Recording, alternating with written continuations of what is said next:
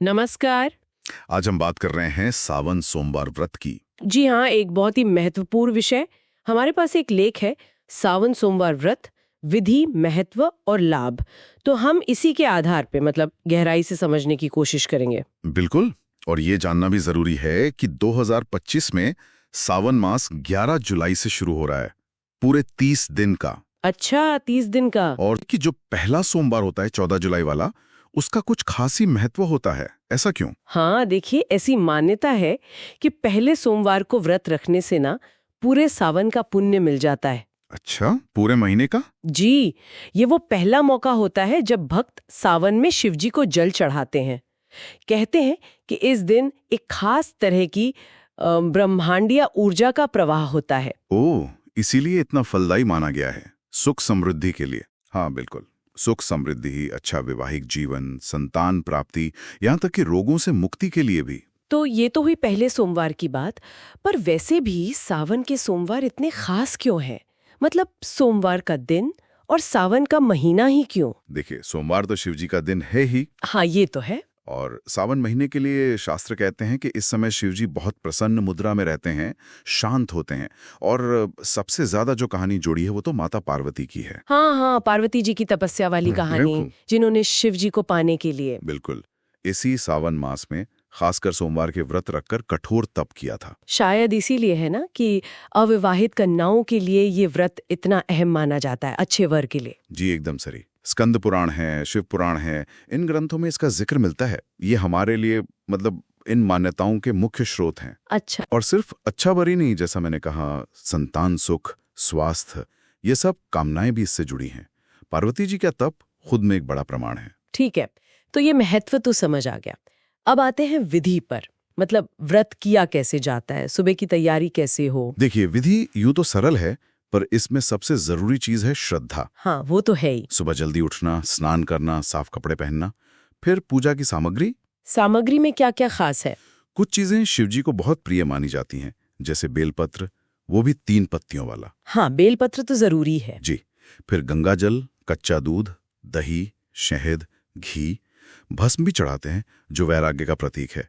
और हाँ, धतूरा और आग का फूल। अच्छा, और ये जो अभिषेक करते हैं उसका कोई खास क्रम है या तरीका? हाँ, एक क्रम बताया जाता है। पहले जल, फिर दूध, फिर दही, शहद और आखिर में घी। ओके, जल, दूध, दही, शहद, घी। जी। और हर चीज चढ़ाते हुए ओम नमः शिवाय का जाप करना अच्छा माना जाता है। मंत्र जाप का महत्व तो है ही। बिल्कुल। साथ में महामृत्युंजय मंत्र का जाप भी कर सकते हैं। फिर व्रत की कथा सुनना, आरती करना, ये सब पूजा का हिस्सा है। और जो लोग व्रत रखते हैं उनके लिए कुछ नियम भी होते होंगे, क्या खाना है क्या नहीं, क्या करना है क्या नहीं? जी बिल्कुल, नियम जरूरी हैं। सात्विक भोजन पर जोर रहता है। सात्विक मतलब? फल, दूध। हाँ, फल, दूध, मेवे, अनाज और नमक छोड़ने की बात कही जाती है। अच्छा, नमक भी नहीं? जी। और सिर्फ तन ही नहीं, मन की शुद्धि भी, जैसे क्रोध नहीं करना, झूठ नहीं बोलना, बुरे विचार मन में ना लाना। ब्रह्मचर्य का पालन भी बताया गया है। और पूजा में कुछ चीजें वर्जित भी होती हैं क्या, जो नहीं चढ़ानी चाहिए? हाँ, कुछ हैं। जैसे तुलसी दल शिवजी को नहीं चढ़ाते। केवड़ा और चंपा के फूल भी वर्जित माने गए हैं। अच्छा, ये ध्यान रखने वाली बात है। जी। और एक छोटी सी बात और, कहते हैं सोमवार के दिन नमक खरीदना नहीं चाहिए। ओके, इन सब नियमों का असल मकसद क्या है? सिर्फ शारीरिक अनुशासन? नहीं, देखिए, ये तन और मन दोनों की शुद्धि के लिए है, ताकि ध्यान पूरी तरह भक्ति में लगे।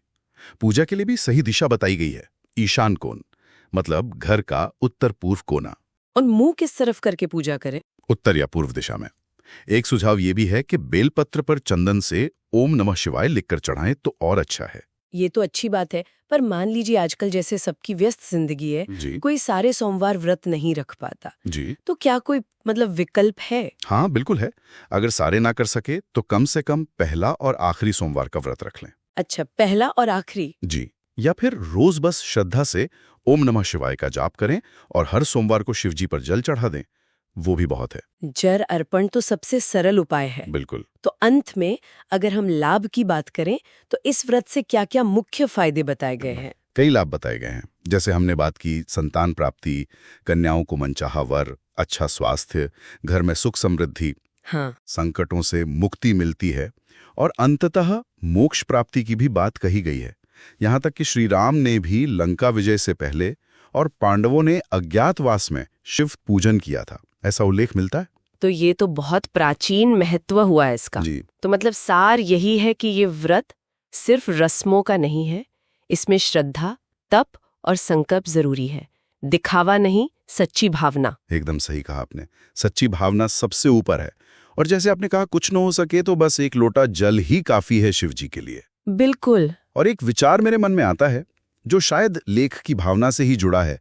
जब सावन में इतने सारे लोग, लाखों लोग एक साथ व्रत करते हैं, पूजा करते हैं, हर हर महादेव का जयकारा लगाते हैं, हाँ, तो सोचिए इस सामूहिक श्रद्धा और ऊर्जा का हमारे आसपास के वातावरण पर कितना सकारात्मक असर पड़ता होगा, है ना? सही बात है। एक अलग ही माहौल बन जाता है। जी, वो सामूहिक ऊर्जा। हर हर महादेव। हर हर महादेव।